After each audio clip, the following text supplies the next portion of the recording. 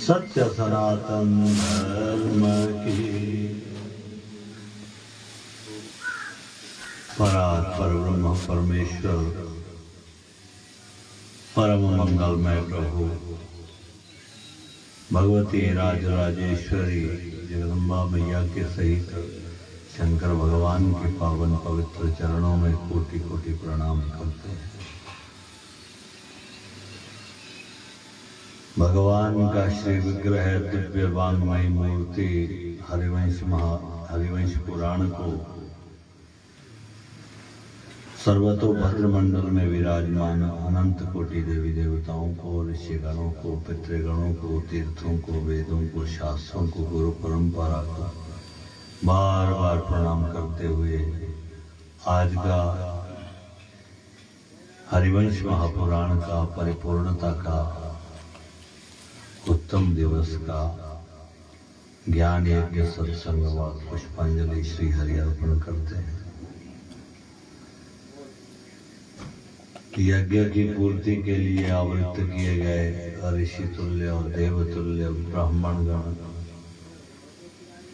यज्ञाचार्य महाराज, भगवान की कृपा के पात्र इस वंश के, इस परिवार के सभी सदस्यगण, श्रीमान राजमारा मंडोत्रा जी, निशांत जी, अन्य इनके भाई बांधव, रिश्ते नातेदार, भगवान की कृपा से, शुभ आशीर्वाद से आज ये हरिवंश पुराण की कथा परिपूर्ण होने जा रही है, विराम ले रही है। भगवान की बड़ी दिव्य कथाएं हैं। इन कथाओं को सुन करके, इन कथाओं को मनन करते हुए, जीवन में आचरण में लाते हुए भगवान से जो कोई प्रीति करता है उसको परम पद की प्राप्ति होती है, मोक्ष की प्राप्ति होती है। भगवान की लीलाएं भगवान से मिलने के लिए होती है, भगवान से प्रेम करने के लिए होती है। भगवान कृष्ण महाराज जी की कथा प्रसंग चल रही है, कथा चल रही है। भगवान ने विवाह की, एक विवाह उनका हो गया था, इस विवाह की कथा आज हमें आपको सुनानी है।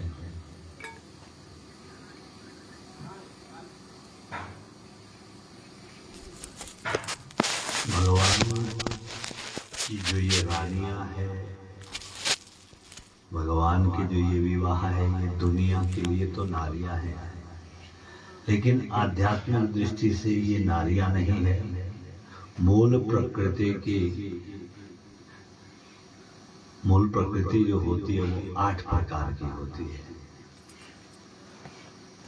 रूप तन्मात्रा, रस तन्मात्रा, स्पर्श तन्मात्रा, शब्द तन्मात्रा, इस तरह से 8 प्रकार की होती है। और बुद्धि, मन और अहंकार, इन्हीं को अष्टधा प्रकृति कहते हैं। ये प्रकृति पुरुष के पास जाती है, इसलिए भगवान कृष्ण की मुख्य रूप से कितनी रानियां हैं? 8 है। किसी किसी के मत में ये योग की 8 सिद्धियां हैं, सिद्धि भी भगवान के पास जाती है। इसलिए योग के अंग भी 8 है। ये 8 के 8 अंग कहाँ जाते हैं? योगेश्वर के पास जाते हैं। जब आप गीता पढ़ेंगे, अंतिम श्लोक पढ़ेंगे गीता का, वहाँ भगवान के लिए क्या लिखा है? यत्र योगेश्वर कृष्ण यत्र पार्थो धनुर्धर। योगेश्वर भगवान का वहाँ नाम है, इसलिए योग के अंग किसके पास जाते हैं? योगेश्वर के पास जाते हैं। दुनिया के लिए ये 8 नारियां हैं। सांख्य के ज्ञानियों के लिए ये 8 प्रकार की प्रकृति है। रूप, रस, गंध, स्पर्श, शब्द तन्मात्रा के रूप में, मन, बुद्धि, अहंकार के रूप में। और सिद्धों के लिए सिद्धियां हैं, योगियों के लिए योग के अंग है।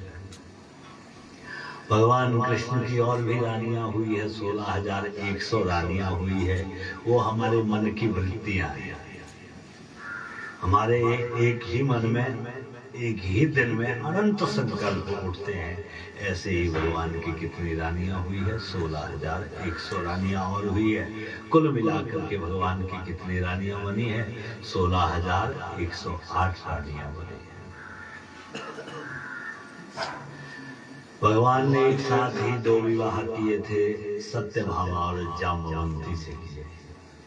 यहाँ ज्यादा लंबी कथा नहीं है, भागवत में तो बहुत लंबी कथा है। एक साथ ही 2 विवाह किए थे। भगवान को कलंक लगा तो भगवान ने अपने कलंक को धोने के लिए क्या कर दिया कि भगवान श्यामंत मणि ले गए हैं। मणि को ढूंढने का प्रयत्न किया, मणि भी दे दी, और जैसे ही मणि दे दी और उसको जाम्बवान ले गया था, और जाम्बवान ने कहा महाराज मेरी एक सुंदर सी कन्या है, इसका नाम जाम्बवंती है, इसको आप रख लो।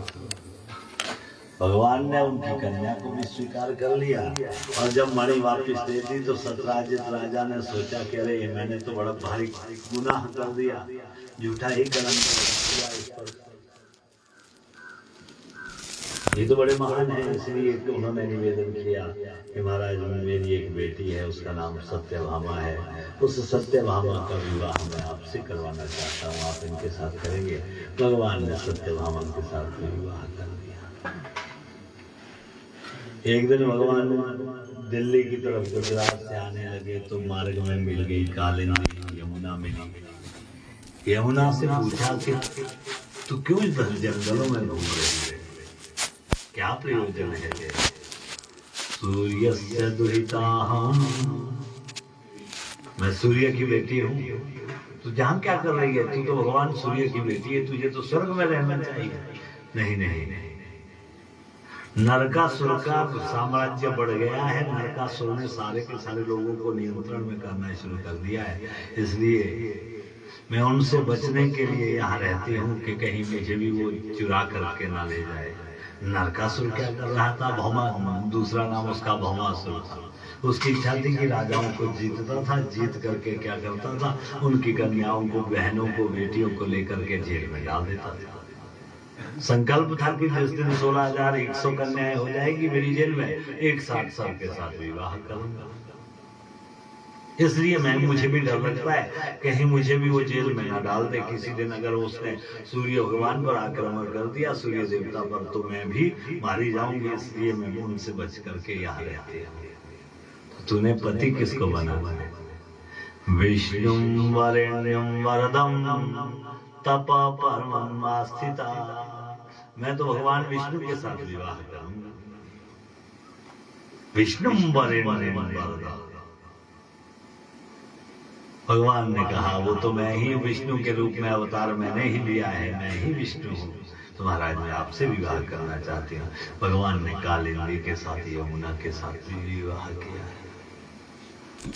भगवान के 4 विवाह हो गए। एक नग्नजित नाम का राजा था, उसकी बेटी थी नग्नजिती। उसने 7 बैलों को बांध रखा था, पाल रखा था, और संकल्प ये था कि जो 7 के 7 बैल को कोई वीर योद्धा, महायोद्धा एक साथ बांधेगा, उसके साथ मैं बेटी का विवाह करवाऊंगा। बड़े बड़े लोग चले गए, राजे महाराजे चले गए, एक बैल भी नहीं बना, एक बैल को भी नहीं बांध पाए। सारे के सारे राजे मृत्यु के घाट उतर गए। नग्नजिती भी विचार करने लगी, क्या मेरा विवाह ही नहीं होगा, क्या मैं कुंवारी रहूंगी? तब वहां पर भगवान ने उसका संताप दूर करने के लिए वहां गए हैं, कौशलपुर में गए हैं, और उन्होंने क्या कर दिया, 7 के 7 बैलों को एक साथ एक खूंटे में बांध लिया, और नग्नजिती के साथ भगवान ने विवाह कर दिया। एक भद्रा नाम की कन्या थी, उसके साथ भी भगवान ने विवाह किया है। मध्य देश की एक बेटी थी, उसका नाम लक्ष्मणा था, उसके साथ भी भगवान ने विवाह किया है। और मद्रास में रहती थी वो, और एक सत्या थी, सत्या के साथ भी भगवान ने विवाह किया है। इस तरह से 8 विवाह भगवान के हो गए। 8 के 8 विवाह परिपूर्ण हो गए। भगवान का कुल बढ़ गया, भगवान के बच्चे भी बढ़ गए। कितना कुल बढ़ गया भगवान का। 8 शादियां भगवान ने कर दी। 8 शादियों के बाद जितनी भी रानियां हुई उन हर एक रानी के कितने बच्चे हुए? 10-10 बच्चे हुए। और उनके भी आगे कितने हुए? हर एक 10 बच्चों के आगे भी कितने कितने बच्चे हुए? 10-10 बच्चे हुए। ये तो रही उनकी बात। जब भगवान कालिंदी को लेकर के वापस द्वारिका गए तो रुक्मिणी ने पूछा कि ये कौन है? देवी ये कालिंदी है, मैंने इनके साथ विवाह किया। कालिंदी से रुक्मिणी ने पूछा कि तूने विवाह क्यों किया भगवान से? तू भौमासुर की बात बताई कि मैं उसके डर से जंगल में रहती थी। तो एक दिन रुक्मिणी ने भगवान को ताना मार दिया कि धिक्कार है आपके लिए, आप भगवान होकर के भी पृथ्वी का संकट नहीं हर सके। जाओ ना उस भौमासुर को मारने के लिए जाओ।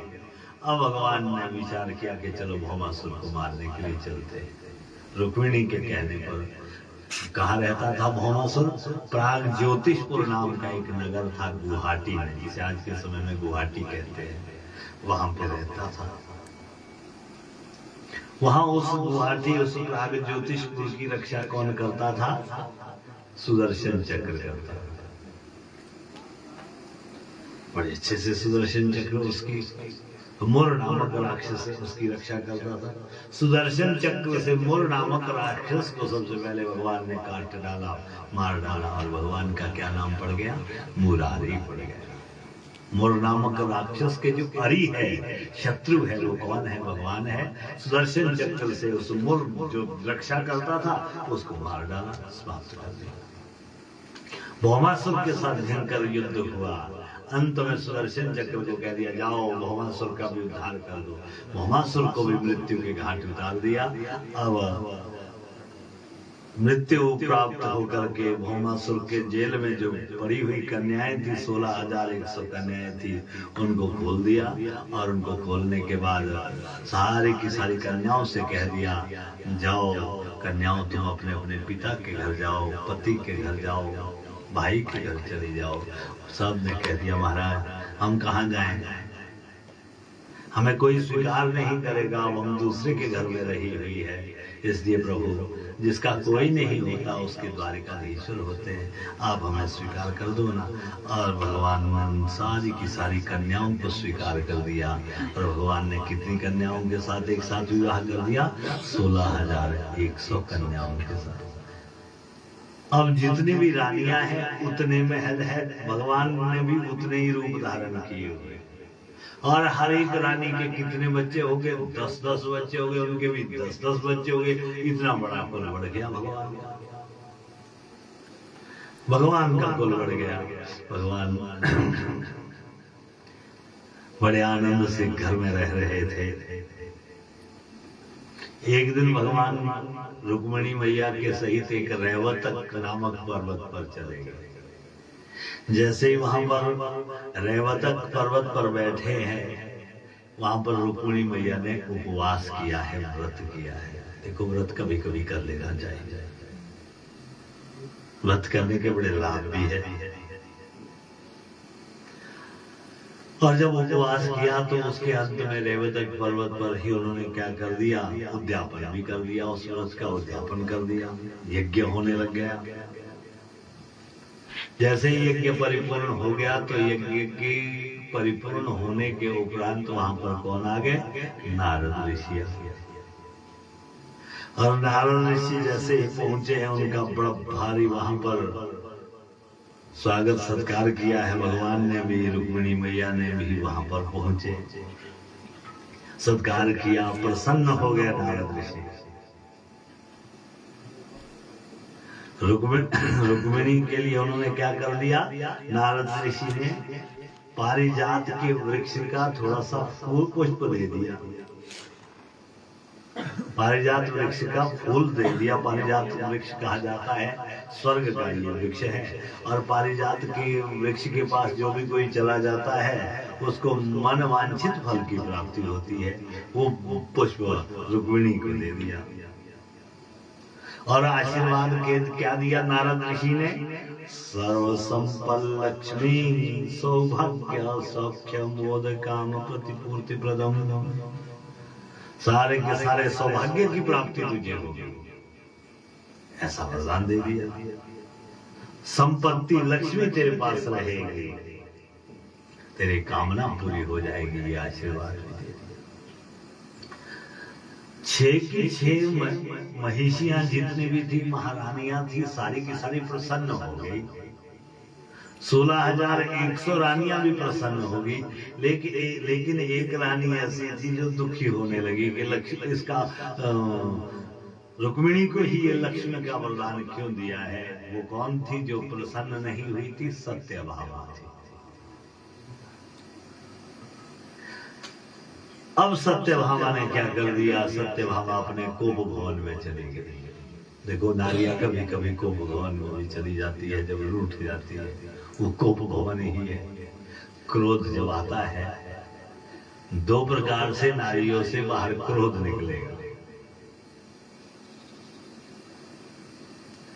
एक रूप में निकलेगा, या तो जोर जोर से रोएगी तो क्रोध निकलेगा, या फिर वो जोर जोर से बोलेगी, क्रोध निकलेगा, रहेगा नहीं, निकल जाएगा।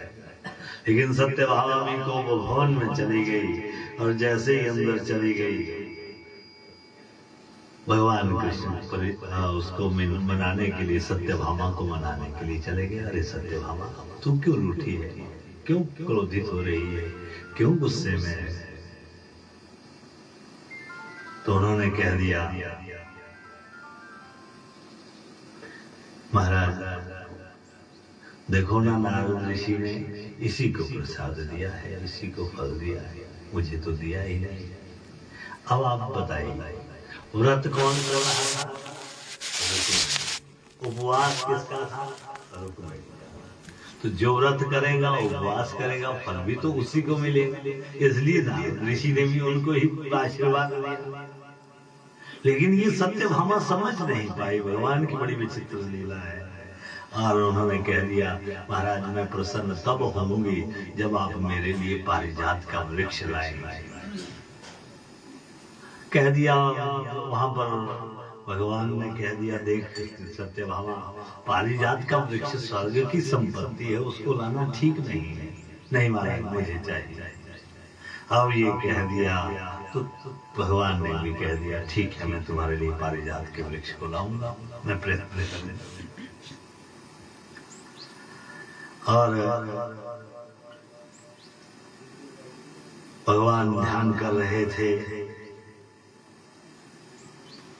ध्यान करते करते वहां पर नारद ऋषि आ गए। नारद ऋषि ने बहुत भारी वहां पर सत्कार किया, और सत्यभामा के द्वारा जो याचना की गई थी कि महाराज मुझे क्या चाहिए, मुझे पारिजात का वृक्ष चाहिए। सत्यभामा को आज नारद ऋषि ने क्या कर दिया, फिर से जो है पारिजात के पुष्प का, पारिजात के वृक्ष का पुष्प दे दिया, और उसकी प्रशंसा भी कर ली कि ये ऐसा ऐसा है। इसका मंदार भी नाम है, पारिजात भी नाम है, ऐसी ऐसी इसकी प्रशंसा है। भगवान दूसरे दिन सत्यभामा के लिए पारिजात के वृक्ष के लिए निकल गए। नंदन उद्यान में चले गए। जैसे ही वहां पर चले गए, वहां पर स्वर्ग में नंदन वन है, उसमें पारिजात का वृक्ष लगा हुआ है, उसको पटना शुरू कर दिया भगवान ने। जैसे ही उसको उखाड़ने लगे, और उखाड़ करके गरुड़ के ऊपर डाल दिया कि गरुड़ अब ले चलना है, ये वृक्ष हमने सत्यभामा को देना है। जैसे उठा करके गरुड़ के ऊपर चलने लगे, तो तत्काल इंद्र महाराज जी के स्वर्ग के जो रक्षक थे वो आ गए और उनसे भयंकर युद्ध करने लगे। भयंकर युद्ध करते हैं, और युद्ध में अंत में जब सारे के सारे गण हार गए भगवान से, अंत में इंद्र महाराज जी आए, और इंद्र और भगवान कृष्ण का बड़ा भारी युद्ध हुआ, भीषण युद्ध हुआ। अब भगवान कृष्ण ने क्या कर दिया, भगवान शंकर की स्तुति कर दी और शंकर से कह दिया, हे शंकर भगवान, मैं वृक्ष को तो ले जाऊंगा, मैंने ये ले जाना है, लेकिन इस वृक्ष को ले जाने के लिए आप मुझे वरदान दीजिए। शंकर भगवान ने वरदान दे दिया और जैसे ही अब उनके और इंद्र और कृष्ण भगवान का घोर युद्ध हुआ, भगवान भी वहां पर प्रकट हो गए, अदिति भी आई है, कश्यप ऋषि भी आए हैं और वहां पर उन्होंने क्या कर दिया, अदिति ने, कश्यप ऋषि ने इंद्र को समझाया कि इंद्र भगवान के साथ युद्ध नहीं करते, अरे इन्हीं की कृपा से सब कुछ प्राप्त होता है, ले जाने दो इनको वृक्ष। एक साथ भगवान ने दो काम कर दिए थे। क्या काम? पारिजात की वृक्ष को लेकर के एक तो सत्यभामा का घमंड तोड़ना था और दूसरा इंद्र का घमंड तोड़ना था। इंद्र बलवान मान रहा था अपने आप को, इंद्र को परास्त कर दिया और पारिजात के वृक्ष को लेकर के स्वर्ग से सत्यभामा के पास चले।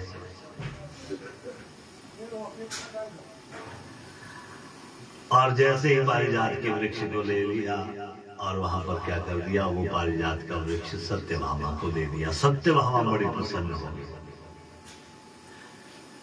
लेकिन जब सत्यभामा को दिया तो पारिजात के वृक्ष की महिमा तो बताई, लेकिन साथ में उसकी रखने की, उसके पूजन इत्यादि की विधि बताई। तो सत्यभामा कहने लगे, ना मेरे से ये नहीं होगा।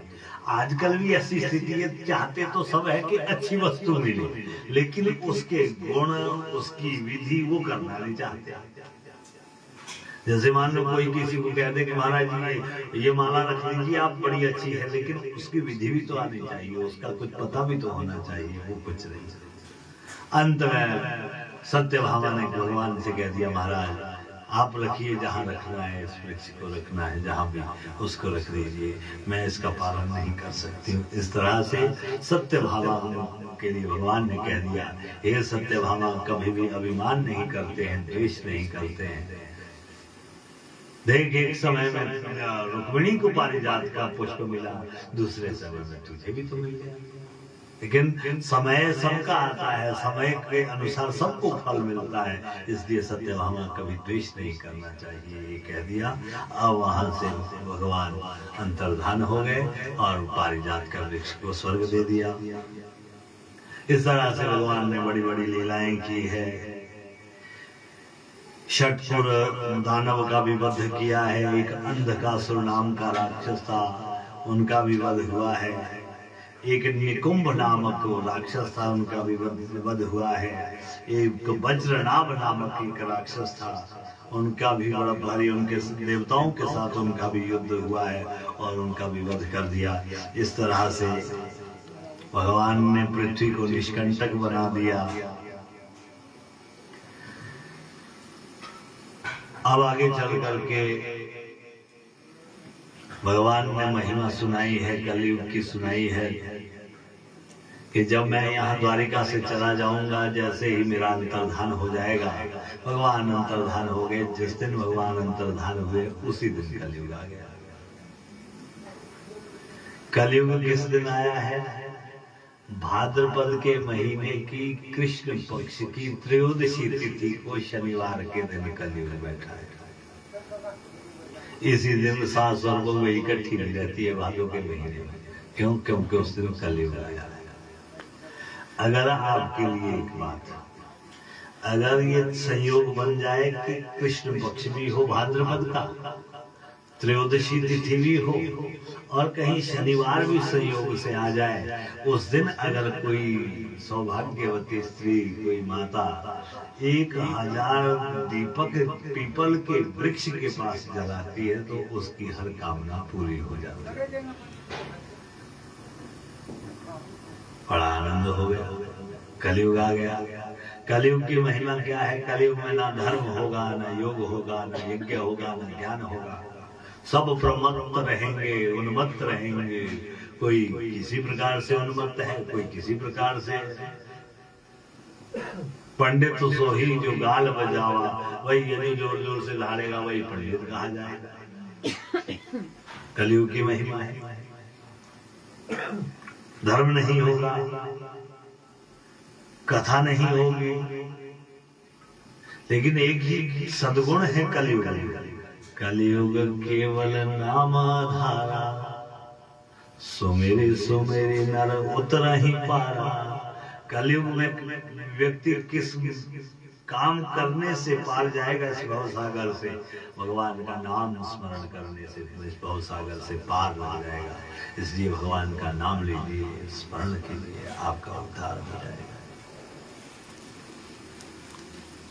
कलयुग में अगर व्यक्ति एक दिन रात भी भजन करता है तो भी उसके कई जन्मों के पाप नष्ट हो जाते हैं। इसलिए एक दिन ही सही, लेकिन भजन करिए, पूजन करिए।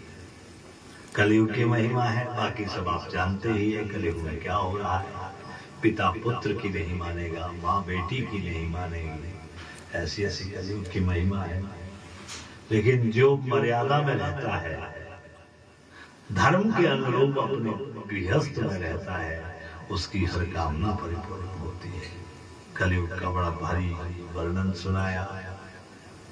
अब जन्मेजय महाराज जी ने क्या कर दिया? जन्मेजय ने सुना कि मेरे पिता को नाग ने, तक्षक ने मार डाला है। जन्मेजय ने सांपों को मारने के लिए यज्ञ कर दिया और यज्ञ में बड़े भारी विघ्न आ गए। कुछ निहत्थे सांपों को तो मार दिया जन्मेजय ने, लेकिन तक्षक नाग जिसको मारना चाहता था वो इंद्र के आसन में छुप गया। ब्राह्मणों से कहा कि इंद्र के सहित अग्नि में डलवाओ उसको। तब वहां पर बड़े बड़े आचार्य आए हैं, गुरु लोग आए हैं, उन्होंने समझाया जन्मेजय को, जन्मेजय क्यों परेशान होता है? मृत्यु कारण नहीं होता व्यक्ति का। हम सब दूसरे को कारण मानते हैं कि एक्सीडेंट हो गया, उसके साथ अगर वो न जाता तो बच जाता, ऐसा कारण मानते हैं। मृत्यु कारण नहीं है व्यक्ति का। मृत्यु का कारण कौन है? कर्म है। कर्म के अनुरूप मृत्यु निश्चित है। जो जैसा कर्म करता है उसको वैसी ही मृत्यु मिलती है। अब ये समझा दिया कि तेरे पिता की मृत्यु का कारण तक्षक नहीं है, कर्म है। क्यों? क्योंकि तेरे पिता ने सांप डाला था, उसको श्राप लगा था कि तेरे पिता की मृत्यु सांप के काटने से होगी। अब संधि करवा दी और बड़ी बड़ी स्तुति वहां पर कर दी। उसके बाद सनातन धर्म का वर्णन किया है कि सनातन धर्म क्या है।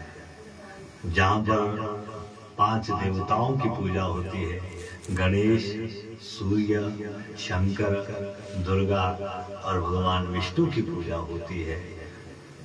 उनके निमित्त से कुछ कर्म किया जाता है और ब्रह्मचर्य, गृहस्थ आश्रम, वानप्रस्थ और संन्यास के अनुरूप जहां पर कार्य किए जाते हैं,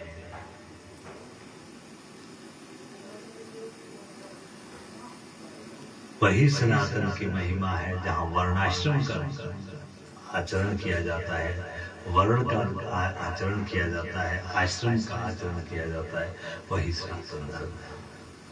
सनातन धर्म है क्या? देखो बहुत सारे धर्म है, कोई यहूदी है, पारसी है, बौद्ध है, ईसाई है, सिख है, बहुत सारे धर्म, लेकिन धर्म ले दे करके एक ही है। ये तो पंथ है सब। वो क्या धर्म है? धर्म वो है जो धारण किया जाता है किसके लिए? अपने जानने के लिए और परमात्मा की प्राप्ति के लिए जो हम धर्म धारण करते हैं वही धर्म कहलाता है। सनातन धर्म का अर्थ क्या होता है? हमेशा से जो अनादिकाल से चला आ रहा है।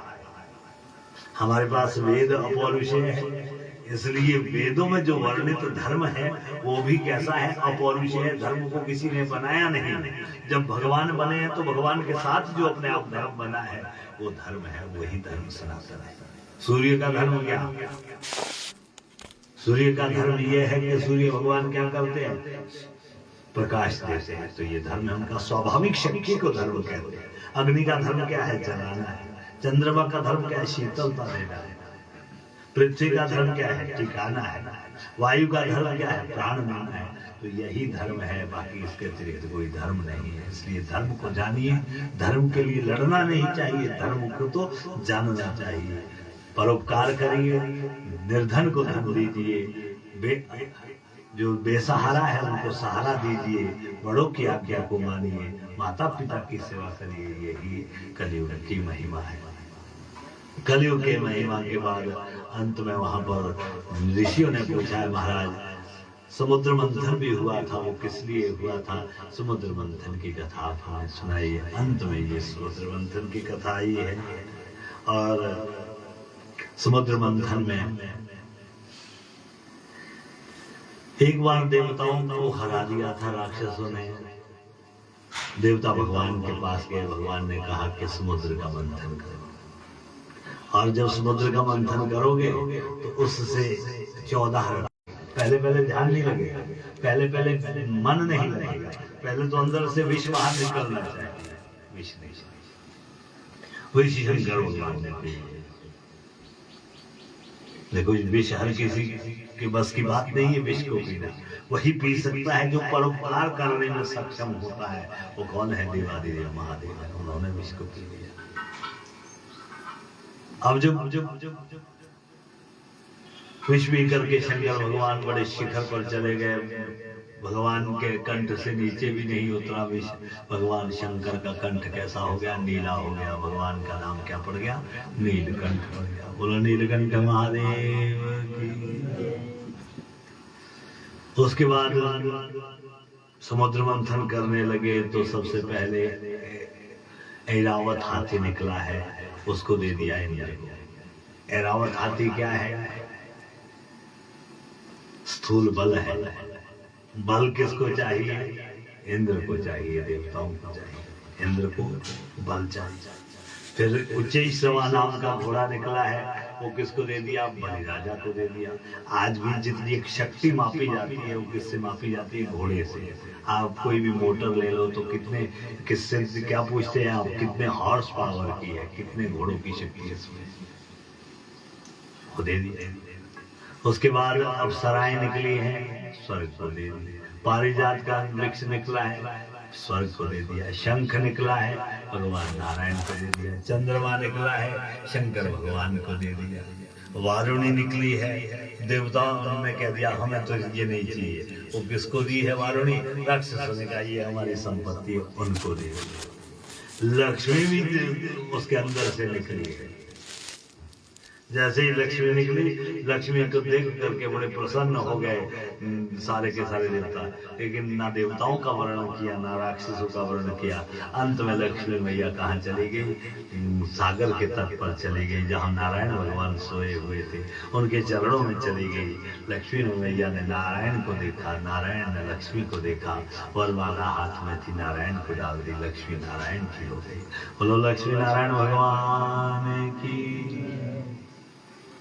कामधेनु निकली है, वो भी स्वर्ग को दे दी है। इस तरह से 13 रत्न निकल गए। अंत में धन्वंतरी ऋषि निकले हैं, और जैसे ही धन्वंतरी ऋषि निकले, कब? जिस दिन आप क्या मनाते हैं? धनतेरस मनाते हैं। अब हालत ये है कि धनतेरस के दिन हम कहाँ जाते हैं? सामान लेने के लिए बाजार जाते हैं। वो सामान लेने की तिथि नहीं है, वो तो योग की तिथि है, योग सिद्ध करने की तिथि है, औषधियों को बनाने की तिथि है, भगवान का भजन पूजन करने की तिथि है, प्राणायाम सिद्ध करने की तिथि है। उस दिन अच्छा काम करना चाहिए, वस्तुएं खरीदनी नहीं चाहिए। अब आजकल वणिक प्रधान युग है, उन्होंने क्या कर दिया? धनवंतरी का तो धन ले लिया।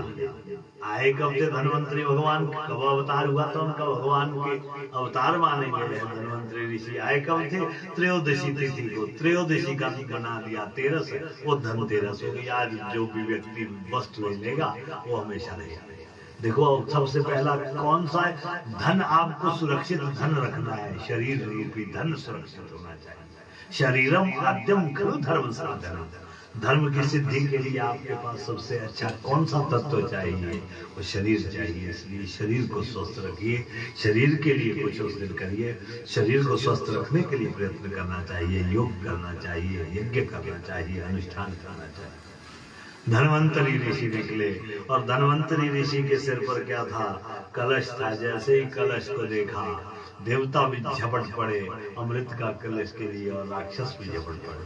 देवताओं ने छीन लिया, उद्यम में राक्षस बड़े बलशाली थे, उन्होंने क्या कर दिया, उन्होंने भी झपट लिया उसको। अहम पूर्वम न तुम इति च, भाई हम लेंगे।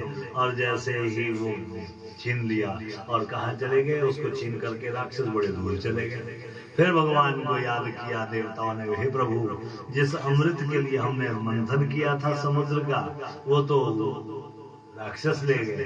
अब भगवान आए हैं और भगवान ने अपना दिव्य अवतार लिया है। कौन सा अवतार लिया है?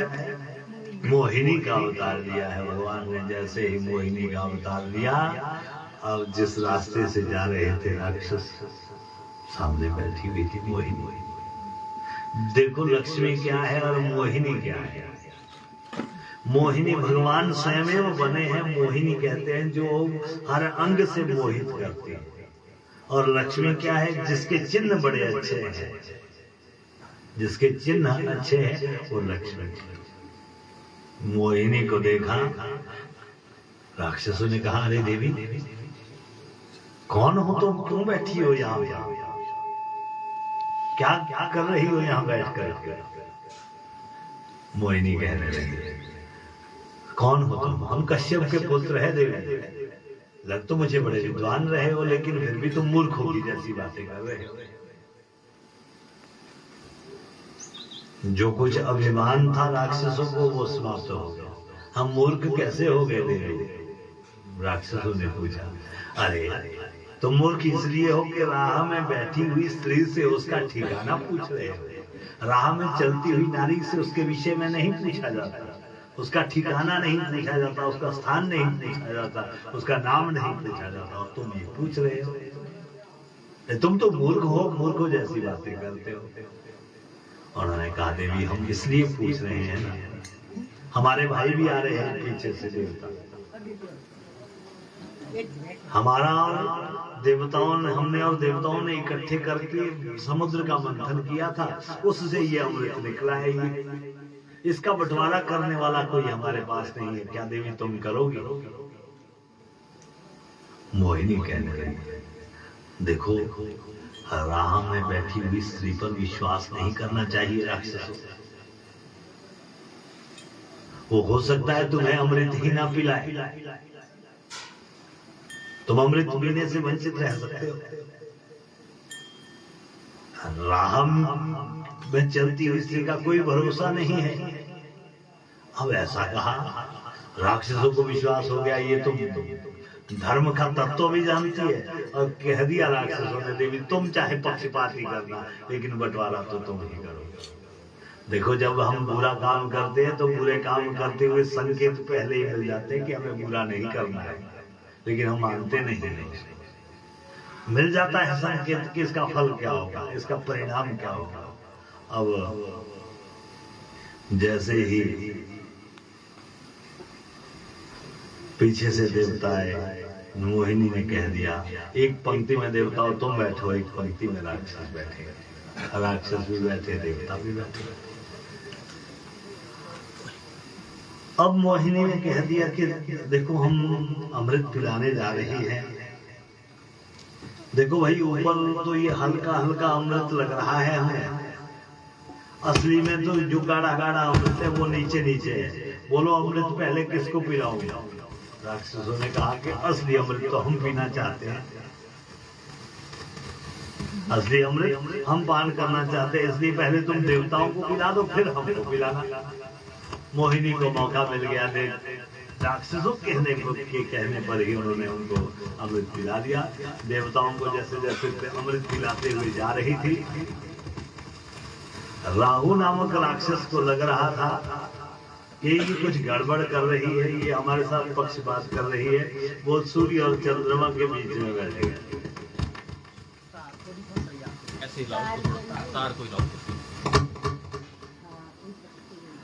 जैसे ही सूर्य और चंद्रमा के बीच में बैठ गया राहु, मोहिनी जा रही थी वहां से अमृत पिलाते हुए। तो शिक्षा क्या मिलती है कि भाई जब कहीं पंक्ति में आप बैठो तो ऐसी जगह ना छोड़ देना कि कोई भी आकर के बैठ जाए, ठीक बैठो। अगर कोई भी आकर के बैठ जाएगा पता नहीं क्या करेगा वो।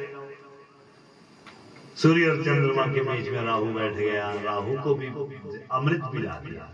देखो मोहिनी ने पक्षपात नहीं किया, जो एक पंक्ति में बैठ जाते वो सारे बराबर होते हैं। जैसे ही उसको अमृत पिलाया, अमृत पी करके राहु अमर हो गया। सूर्य चंद्रमा ने शिकायत कर दी इंद्र से, इंद्र ने वज्र से काट दिया। काटने के बाद उसका सर भी अमर हो गया, सर राहु बना है और धड़ केतु बना है। इस तरह से अमर हो गए। तो ये दोनों के दोनों ग्रह बन गए, राहु भी ग्रह बन गया और केतु भी ग्रह बन गया, ये छाया ग्रह बन गया। उदाहरण भी दिया जाता है राहु शिरा, कि राहु का सिर, लेकिन दिखता तो नहीं है, लेकिन प्रभाव बढ़ा देता है। वही जानता है जिसको राहु बैठता है। जिसको बैठता है किसी की हड्डियां तोड़ेगा तो किसी के दांत तोड़ेगा, किसी का गला खराब करेगा तो किसी को कई प्रकार के रोग देगा। अब राहु और केतु उसके रूप बन गए। जब राक्षसों ने देखा कि हम तो ठगे गए, राक्षसों और देवताओं का बड़ा युद्ध हुआ। अमृत का पान करने के प्रभाव से देवता अमर हो गए, राक्षसों को उन्होंने मार डाला और देवताओं को अमरावती की प्राप्ति हो गई। बोलो नारायण भगवान की। अमृत का पान करते हुए सीधे सीधे कहाँ चले गए, वो स्वर्ग को चले गए और स्वर्ग में बड़े आनंद से रहते हैं और राक्षस मृत्यु को प्राप्त हो गए। इस तरह से समुद्र मंथन की कथा पूरी होती है। समुद्र मंथन अंत में यहाँ आया है, ये संदेश हमें देता है। क्या संदेश देता है? कि हमें भी अपना मंथन करते रहना चाहिए। जब भी आप शाम को सोने के लिए जाए, सोने से पहले एक बार बत्ती बंद करके एक बार विचार करना चाहिए हमने क्या पाप किया है। जब आप विचार करेंगे कि हमने कोई बुरा काम तो नहीं किया, अगर कर दिया है तो उसके प्रायश्चित के लिए कुछ कर्म करना चाहिए, उस पाप के शमन के लिए कुछ प्रयत्न करना चाहिए। तो ऐसा विचार भी करना चाहिए। हम क्या करते हैं, जो पाप करते हैं उसको भी भूल जाते हैं और जो पुण्य करते हैं उसको याद रखते हैं। जो आप पाप करते हैं वो भूल जाते हैं, लेकिन भूलना पाप को नहीं है, पाप को याद रखना है। जब भी समय लगे उस पाप की निष्कृति के लिए करिए। और जो पुण्य करते हैं हम उसको भूल देना चाहिए। लेकिन हम थोड़ा सा कुछ मंदिर के लिए चले गए तो 50 आदमी को बताएंगे हाँ हम भी गए थे, हम भी गए थे, गए थे तो गए थे। लेकिन आजकल तो इससे भी ज्यादा आफत क्या है कि जब भी कोई जाएगा, कहीं भी जाएगा तो पहले सबसे पहले 5-7 फोटो तो जरूर ले लेगा और दुनिया को बताएगा कि देखो जी हम तो वहां पहुंचे। जहां पुण्य और धर्म को बताया जाता है वहां उसका लोप हो जाता है। जहां धर्म और पुण्य को छुपाया जाता है वो चीज बढ़ जाती है। इसलिए पाप को बताना चाहिए। जो चीज बताई जाती है वो नष्ट हो जाती है। चाहे कितना भी निकृष्टतम पाप आप क्यों नहीं करते, उसको बताइए। उसको बता करके आपको क्या होगा, उसके द्वारा आपका पाप शमन हो जाएगा। सबको पता लग जाएगा आपने पाप किया है। 2-4 दिन के लिए आप घृणित होंगे, लेकिन उसके बाद आपका वो पाप शमन हो जाएगा। लेकिन हम पाप को छुपाते हैं, इसलिए हमारा उद्धार नहीं होता। यही यहाँ पर सार है कि अपने पापों को धोने के लिए प्रयत्न करना चाहिए और सदा सर्वदा जो कोई धर्म करता है, पुण्य करता है, उसका बखान नहीं करना चाहिए। बोलो नारायण भगवान की। अंत में संतान गोपाल स्तोत्र की यहाँ पर बड़ी महिमा कही है।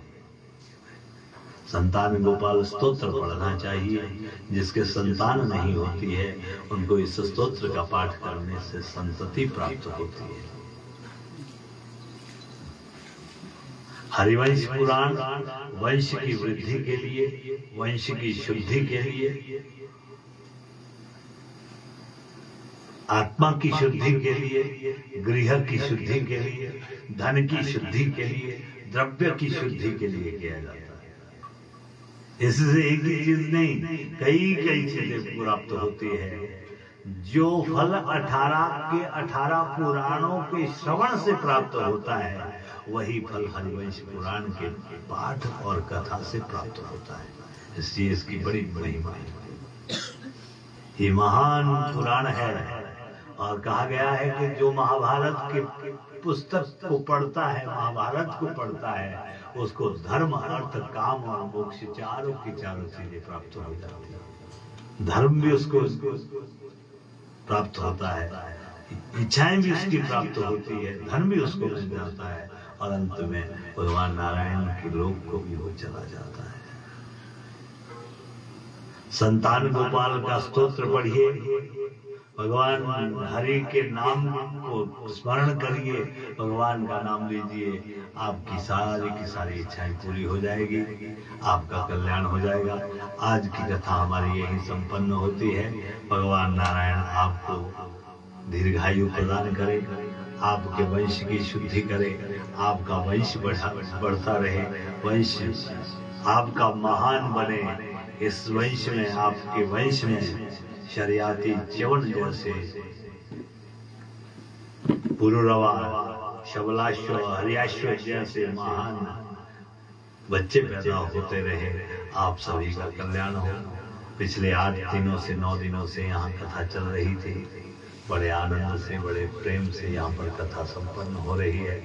आप सबने सुना है, राजमल मंडोत्रा जी और इनके श्रीमती चंपा जी ने 5-6 महीने 7 महीने पहले कह दिया था हमने हरिवंश की कथा करनी है। इनकी इच्छा पहले भी थी, लेकिन थोड़ा समय हमारे पास ही नहीं था। सितंबर अक्टूबर में हमारे समय कहीं दे रखे थे हमने, इसलिए हमने जनवरी के लिए कहा, तो जनवरी में जाकर के ये आज इनका संकल्प पूरा हुआ जो इन्होंने संकल्प रखा था। संकल्प की सिद्धि ही यही है कि अगर कार्य निर्विघ्न से रूप से परिपूर्ण हो जाता है तो आपका संकल्प भी सिद्ध हो गया और परमात्मा की कृपा भी आपको प्राप्त हो गई। पुराण की कथा जीवात्मा के उद्धार के लिए, पुराणों की कथा अंतःकरण की मैल दूर करने के लिए होती है और पुराणों की कथा परमात्मा से प्रीति करने के लिए होती है। आप सब का कल्याण हो, आपका वंश सदा सुखी रहे। श्री कृष्ण कुशलम करोतु। भगवान कृष्ण आपके वंश को सदा सदा कुशल क्षेम रहे। धाता प्रजानां सुखम, आपको सदा सदा प्रजा का सुख मिलता रहे। निर्विघ्नं गणनायकः, भगवान गणेश आपके विघ्नों को काटते रहे। भानु प्रताप, आपके वंश का प्रताप बढ़े, जैसे सूर्य का प्रताप बढ़ता है ऐसे आपका प्रताप बढ़े। शंभोस्ते धन धान्य कीर्ति रतुलाम, भगवान शंकर आपको धन धान्य से परिपूर्ण रखे, दिग दिगांतर में आपकी कीर्ति फैले। दुर्गा नाशन सदा, भगवती महामाया जगदम्बिका राज राजेश्वरी आपके सारे के सारे शत्रुओं का संहार करे। बाह्य शत्रु अलग होते हैं, लेकिन आंतरिक शत्रु जो हमारे हैं, राग है, द्वेष है, काम है, क्रोध है, लोभ है, मोह है, मद है, मात्सर्य है, इन सारे के सारे शत्रुओं का दुर्गा मैया आपका के शत्रुओं का नाश करे। गंगा अस्ति खलु पापहारी निशिदिनम, प्रतिदिन आपके पापों को गंगा मैया धोती रहे। लक्ष्मी गृहे तिष्ठतु, आपके घर पर सदा सदा महालक्ष्मी का स्थिर आशीर्वाद बना रहे। लक्ष्मी मैया की कृपा आप पर बनी रहे। स्वस्थस्तु ते कुशलमस्तु, चिरायुरस्तु, गोवाजिरस्तु, धन धान्य समृद्धिरस्तु। आप स्वस्थ रहे, कुशल रहे, क्षेम रहे। आपके घर पर दूध दही घी की नदियां बहती रहे। आपका कल्याण हो। आपके हृदय में सदैव सदैव भगवान की भक्ति बनी रहे। आपकी प्रत्येक इच्छा पूर्ण हो। यही आशीर्वाद आपके लिए है, आपके पूरे परिवार के लिए हमारा है। जिन्होंने भी कथा सुनी है, यज्ञ में खाना बनाया है, कपड़े धोए हैं, कुछ और काम किया है, पत्तलें उठाई है, पत्तलों को बांटा है, उन सब के लिए हमारा आशीर्वाद। आप सबको भगवान की भक्ति लगे, आपकी हर एक कामना परिपूर्ण हो। यहाँ बड़े अच्छे से कर्मकांड किया है। मोहनलाल जी पंडित जी चले गए और बलवंत जी है, ये तो हमारे पास पढ़ते भी थे, आजकल दिल्ली में है, वेदाचार्य कर रहे हैं। इनके लिए भी हमारा आशीर्वाद है। आपका धर्म बढ़े, सत्कर्म बढ़े, भगवान आपको भक्ति से सराबोर करे और कभी आपके भागवत, शिव पुराण, हरिवंश पुराण जैसे पुराणों की कथा करने वाले बने। ये आशीर्वाद आपके लिए है। हमारे पास आशुतोष जी है, ये भी कथा करते हैं, इन्होंने भी 10-15 कथाएं कर ली है। घनश्याम जी है, ये भी कथा करने वाले हैं और इन्होंने भी बहुत सारे शिव पुराण नैना देवी में भी किया है और बहुत सारे भागवत इत्यादि कथाएं भी की है। ओम प्रकाश जी है, ज्योतिषाचार्य है, बहुत अच्छे हैं। हमारे साथ रोशन लाल शास्त्री जी आए हैं, बड़े सज्जन हैं, बड़े अच्छे से निष्ठा से काम करते हैं। आप सब के लिए हमारा आशीर्वाद, आपका भी धर्म बढ़े, आपके कंठ पर मधुमेह लालित्य से परिपूर्ण सरस्वती वास करे और आप दिग दिगंतर में ज्ञान का प्रचार करे, धर्म का प्रचार प्रसार करे। आपके हृदय में भगवान बैठे।